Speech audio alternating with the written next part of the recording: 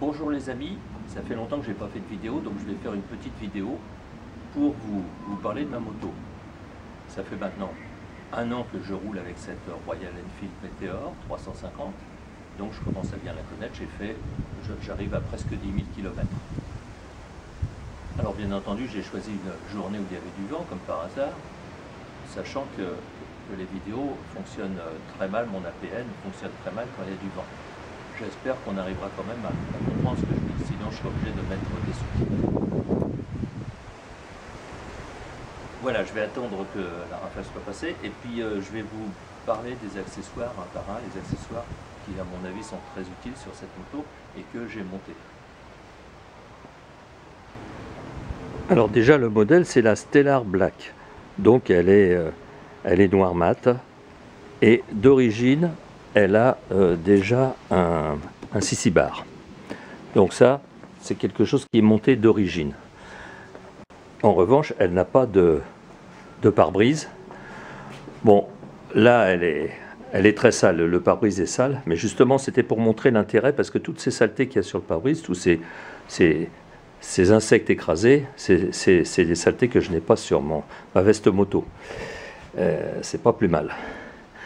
Donc, j'ai fait rajouter le pare-brise, enfin je l'ai même monté moi-même en fait, qui est monté sur d'autres modèles, pas sur la Stellar Black à l'origine.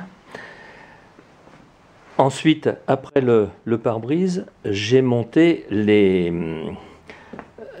sacoches. Alors d'abord le porte-bagages. Le porte-bagages, c'est un porte-bagages JV, c'est pas un porte-bagages Royal Enfield. Je le trouvais très pratique, très bien fait. Il coûte un peu moins de 200 €. Ensuite, j'ai monté des sacoches. Pour monter les sacoches, il a fallu que je mette des écarteurs de sacoches. Donc ça, c'est Royal Enfield qui fait ça. Ça coûte à peu près 80 € les deux. Ensuite, j'ai acheté des sacoches sur eBay. Je les ai payés dans les 90 € les deux. Donc ça, c'est pas très cher. Par contre, il faut faire les fixations. Les fixations, je les ai fait avec des tubes, avec des plaques en aluminium. On voit pas très bien là. Je vais ouvrir. Il faut que je prenne la clé. Voilà, ce qu'il y a de très pratique sur ces sacoches, c'est qu'on peut les ouvrir très facilement. Bon, je laisse le bonnet, les gants, je laisse un certain nombre de choses dans la sacoche. Et voilà, j'ai mis ces barres de fixation. Donc j'ai acheté des grandes barres en aluminium, ça coûte pas très cher. Après je les ai coupées, j'ai mis des vis de façon à ce que ça soit assez solide, assez renforcé. J'ai mis donc 2 barres latérales, 2 barres horizontales en fait, et puis des barres verticales à l'extérieur. À l'extérieur de la sacoche, on les voit ici.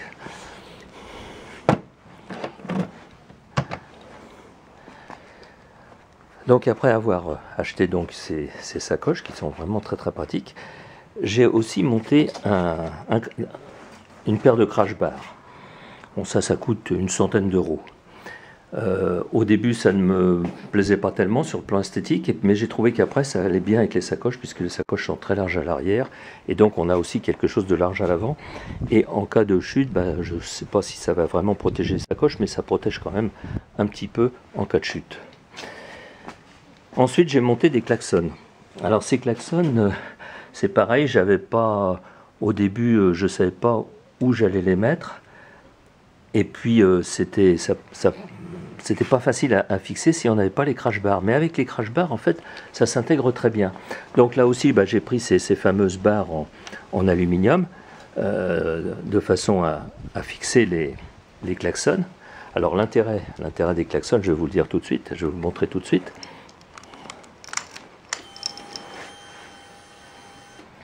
C'est que le bruit est quand même beaucoup plus sympathique.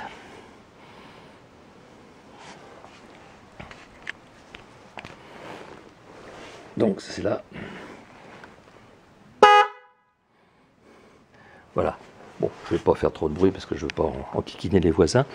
Mais on a le bruit d'une voiture en fait. Pourquoi? Eh bien parce qu'il y a deux klaxons. Il y en a un qui a un son aigu et l'autre qui a un son grave. Et c'est donc très important quand on a un seul klaxon, même si on essaie d'en prendre un peu puissant, dès l'instant que ce n'est pas un klaxon à compresseur, ça ne sera jamais très puissant. Et on n'a pas un joli son. Il faut une harmonie, il faut un grave et un aigu pour que ça fasse un joli son. Avoir deux klaxons, c'est pas deux fois plus fort. Si les klaxons font 100 décibels, deux klaxons, ça fait toujours 100 décibels. Mais il y a ce grave et cet aigu qui donne une harmonie qui change tout. Bon, ces klaxons sur eBay, ça m'a coûté 80 €.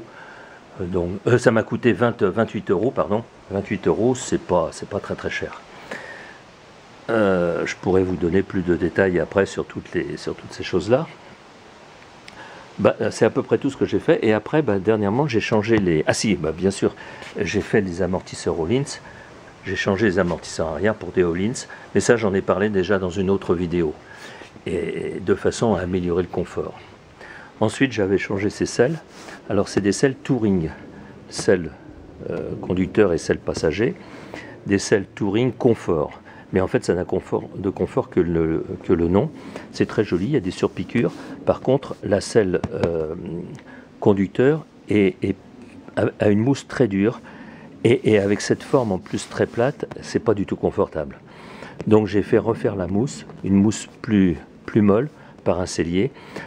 Alors les selles m'ont coûté à peu près 100 € les deux, un peu plus de 100 €.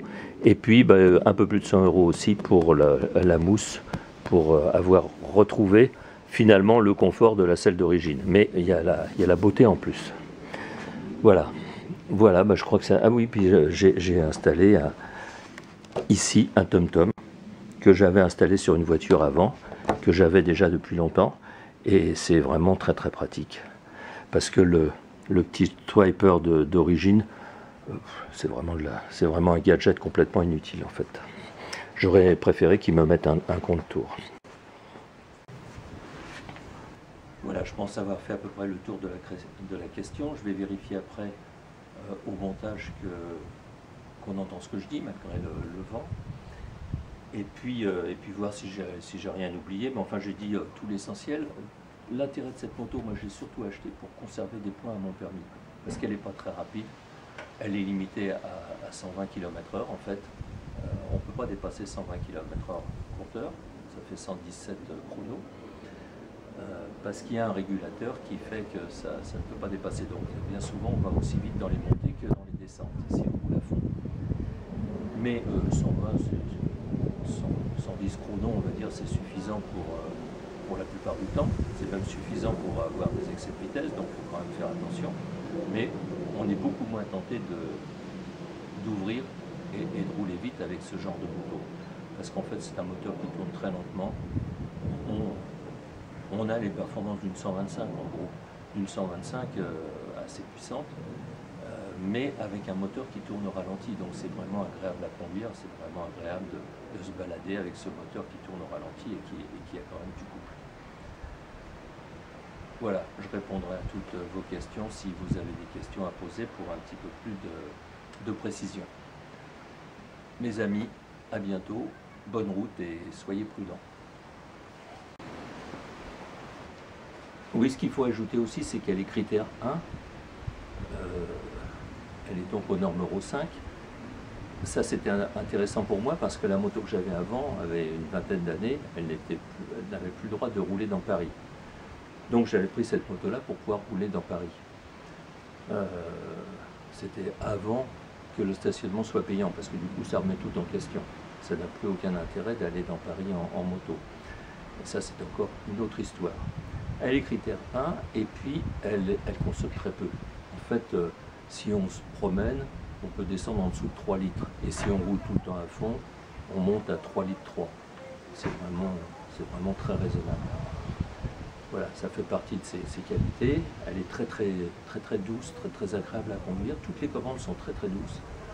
Elle freine tout à fait correctement par rapport à ses performances. Elle a une tenue de route aussi tout à fait correcte par rapport à ses performances.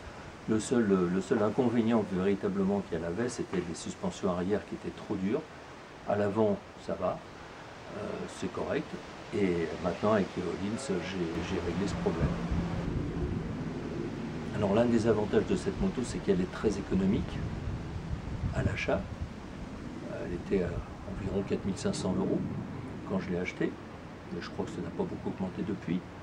La grosse dépense que j'ai faite, c'est les plus de 1000 € des amortisseurs Hollins. Ça, sur une moto qui coûte 4 500 €, ça fait quand même cher, bien sûr. Mais là, j'avais pas trop le choix. Moi, je suis sensible du dos et j'ai besoin d'une moto qui aille pas me détruire la colonne vertébrale. Voilà tout ce qu'on peut dire, je pense, donc de cette moto. Les amis, bonne continuation, soyez prudents et à bientôt.